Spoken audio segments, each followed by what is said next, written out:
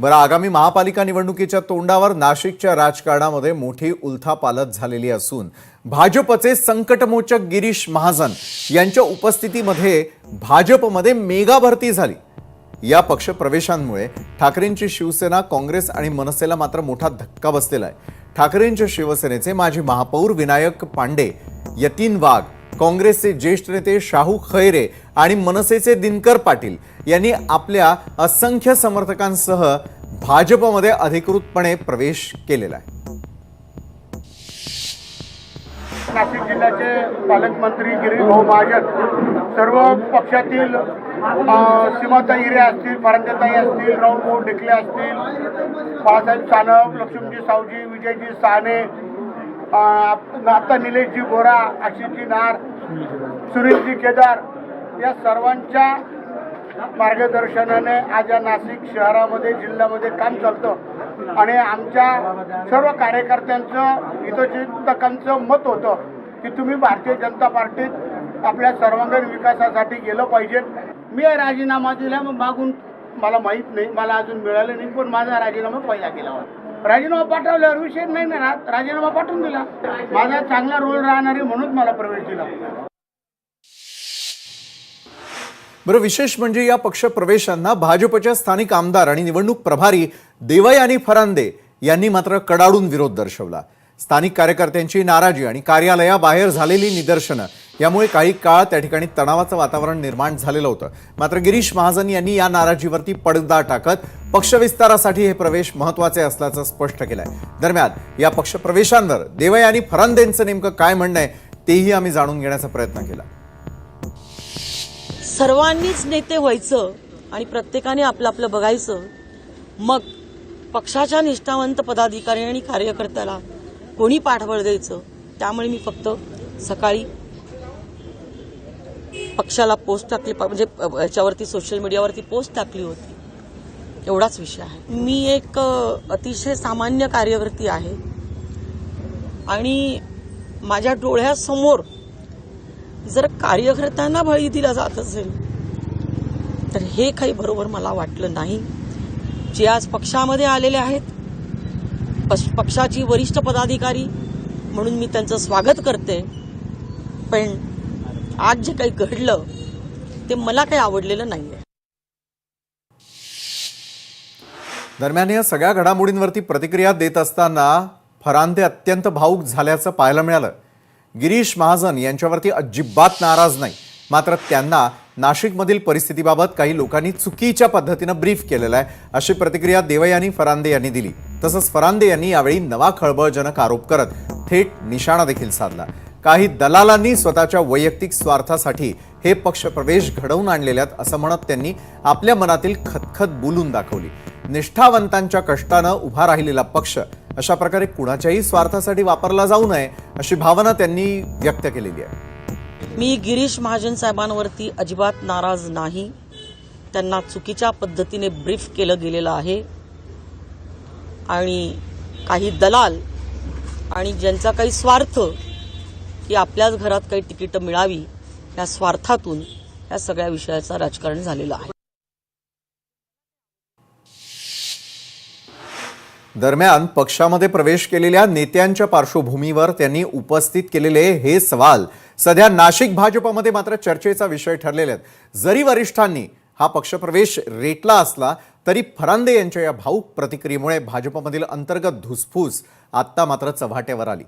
या घडामोडींमुळे नाशिकमध्ये भाजपची ताकद वाढलेली असली तरी निष्ठावंत विरुद्ध आयाराम असा नवा संघर्ष सुरू होण्याची चिन्ह आहेत।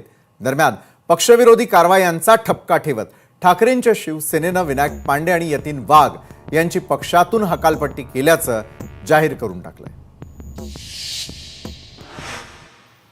नाशिकमधील मोठ्या राजकीय उलथापालथीनंतर भाजपमध्ये सुरू असलेल्या निष्ठावंत विरुद्ध आयाराम वादावर आता आमदार संजय केणेकर यांनी मात्र आक्रमक भूमिका मांडलेली आहे। पक्षामध्ये निष्ठावंतांना डावललं जात असल्याची माहिती पूर्णपणे चुकीची आणि निराधार असल्याचा दावा त्यांनी केलेला आहे। तसंच यावेळी केणेकर यांनी पक्षात नव्यानं प्रवेश करणाऱ्या नेत्यांना देखील कडक शब्दात इशारा दिलाय। भाजपमध्ये प्रवेश केल्यावर कुणी थेट निवडणुकीच्या तिकिटाची अपेक्षा करू नये असं त्यांनी बजावून सांगितलंय. इतकंच नव्हे तर जे केवळ तिकिटाच्या आमिषानं पक्षात येत असतील त्यांनी आपल्या जुन्या पक्षात परत जावं अशा स्पष्ट शब्दात त्यांनी आपला पवित्रा मांडलेला आहे. भाजपमध्ये उमेदवारी ही केवळ निष्ठेवरती आणि कामाच्या जोरावर दिली जाते हे मात्र त्यांनी ठणकावून सांगितलं. आणि या संदर्भात अधिक चर्चेसाठी, अधिक जाणून घेण्यासाठी स्वतः संजय केणेकर आपल्यासोबत जोडले गेलेले आहेत. संजय केणेकरजी, स्वागत आहे आपलं न्यूज प्लॅनेटमध्ये, लोकशाही मराठीच्या. संजयजी, महत्त्वाचा प्रश्न हाच आहे, इतके वर्ष अनेक कार्यकर्ते हे भाजपशी निष्ठावान आहेत, ते आपापल्या परीनं भाजपसाठी काम करताना दिसून येतात. मात्र ज्या पद्धतीनं इनकमिंग सध्या महाराष्ट्रभर आम्हाला पाहायला मिळतंय, नाशिकमध्ये आम्ही ते पाहिलं, त्याचबरोबर छत्रपती संभाजीनगरमध्ये आम्ही ते पाहतोय, असं अनेक ठिकाणी अनेक जण इच्छुक आहेत भाजपमध्ये प्रवेशासाठी. मात्र निष्ठावंतांचं काय संजयजी? खरं तर भारतीय जनता पार्टी मध्ये ज्या पद्धतीने प्रवेश होतोय, तर खरं या महाराष्ट्र राज्यामध्ये जी विश्वासार्हता माननीय देवेंद्रजींच्या नेतृत्वात भारतीय जनता पार्टीने मिळवलेली आहे, या विश्वासार्हतेला पाहून बरेच जण पक्षामध्ये येतात. परंतु ज्या पद्धतीने भारतीय जनता पार्टी, ज्या पंडित दीनदयाल उपाध्याय, श्यामाप्रसाद मुखर्जी यांच्या विचारानं हा पक्ष उभा राहिला, त्या विचाराची पाळेमुळे रोवले गेलेली कार्यकर्ते, जे जुनी कार्यकर्ते आहेत, ते निश्चितपणे भारतीय जनता पार्टीची एक कल्चर आहे, भारतीय जनता पार्टीचा एक सांस्कृतिक ढाचा आहे. तो सांस्कृतिक ढाचा मुळाशी असताना निश्चितपणे येणारा व्यक्ती त्या ढाच्याला समजून घेऊन जोपर्यंत रुळत नाही तोपर्यंत निश्चितपणे त्याला संधी देण्याच्या पूर्वी कर्मठ कार्यकर्ता, समर्पित कार्यकर्ता याला संधी देण्याची भूमिका भारतीय जनता पार्टीने ठेवलेली आहे. बरोबर. पण संजयजी, सहमत आहे, चला भाजप जे म्हणतंय ते त्यावरती ठाम आहे.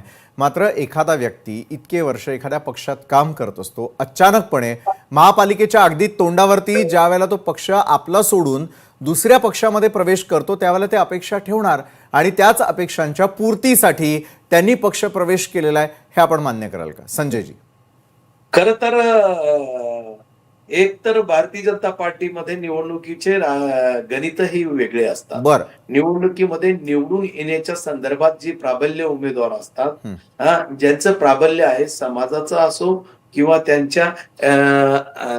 त्यांनी कमवलेल्या नावाचं असो, एक प्राबल्य तयार झालेलं असतं. त्या प्राबल्याचा फायदा भारतीय जनता पार्टी सुद्धा ला मिळतो आणि निश्चितपणे विनिंग कॅन्डिडेट म्हणून काही कॅन्डिडेटकडे, काही कार्यकर्त्यांकडे बघितलं जातं आणि त्यांना त्या पद्धतीनं संधी दिल्या जाते. शेवटी भारतीय जनता पार्टीला सुद्धा सत्तेत यायचं असेल तर विनिंग कॅन्डिडेटची सुद्धा पाहणी करावी लागते, निगराणी करावी लागते आणि त्यानुसार कॅन्डिडेट द्यावा लागतो. विरोधक जेव्हा त्यांचा कॅन्डिडेट टाकतो ते प्राबल्य असणारा उमेदवार जर आपल्याला उभा करायचा असेल आणि तो त्या ताकदीने आपल्या जुन्या कार्यकर्त्यामध्ये कोणी नसेल तर निश्चितपणे नवीन कार्यकर्त्याला तिथं संधी देत असतो.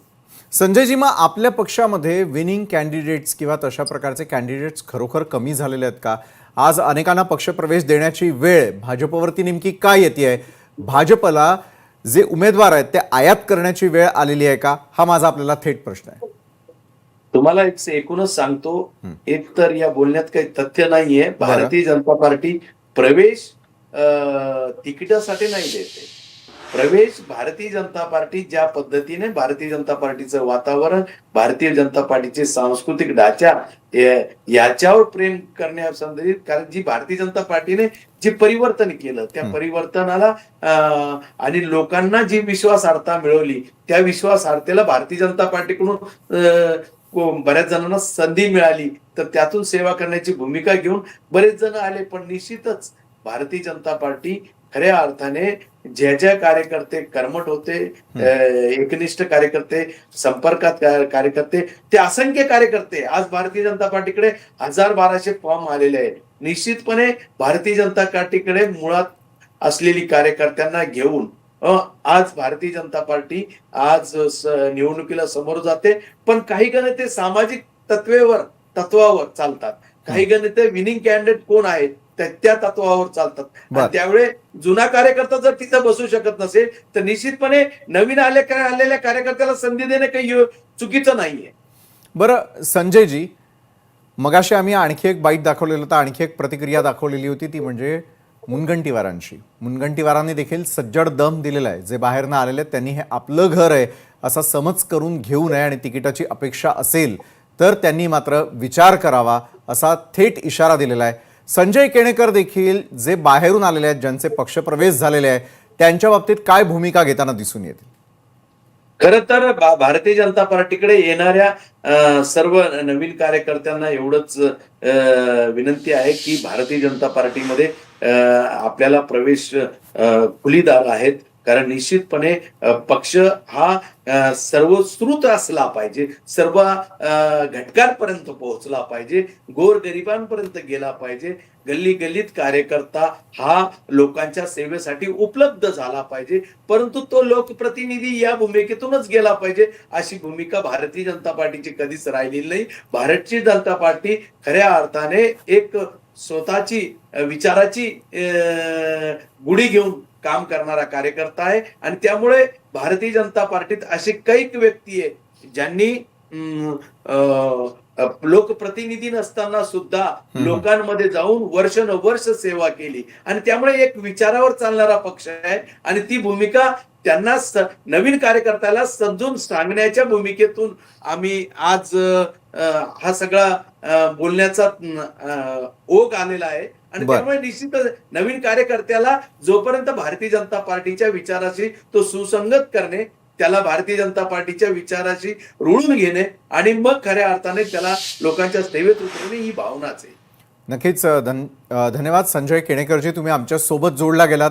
आणि खरं तर आज ज्या प्रकारे संजय केणेकर यांनी दुपारी देखील एक विधान केलेलं होतं, त्या विधानानुसार जर पाहायला गेलं की पक्ष प्रवेश केलेल्या नेत्यांमध्ये खळबळ उडालेली होती, मात्र भाजपमधील अंतर्गत शिस्त कायम राखण्याचा प्रयत्न असल्याचं संजय केणेकर यांच्या बोलण्यातून थेटपणे दिसून येत आहे. धन्यवाद, तुम्ही आमच्यासोबत बोललात त्यासाठी. तर आजच्या न्यूज प्लॅनेटमध्ये इतरही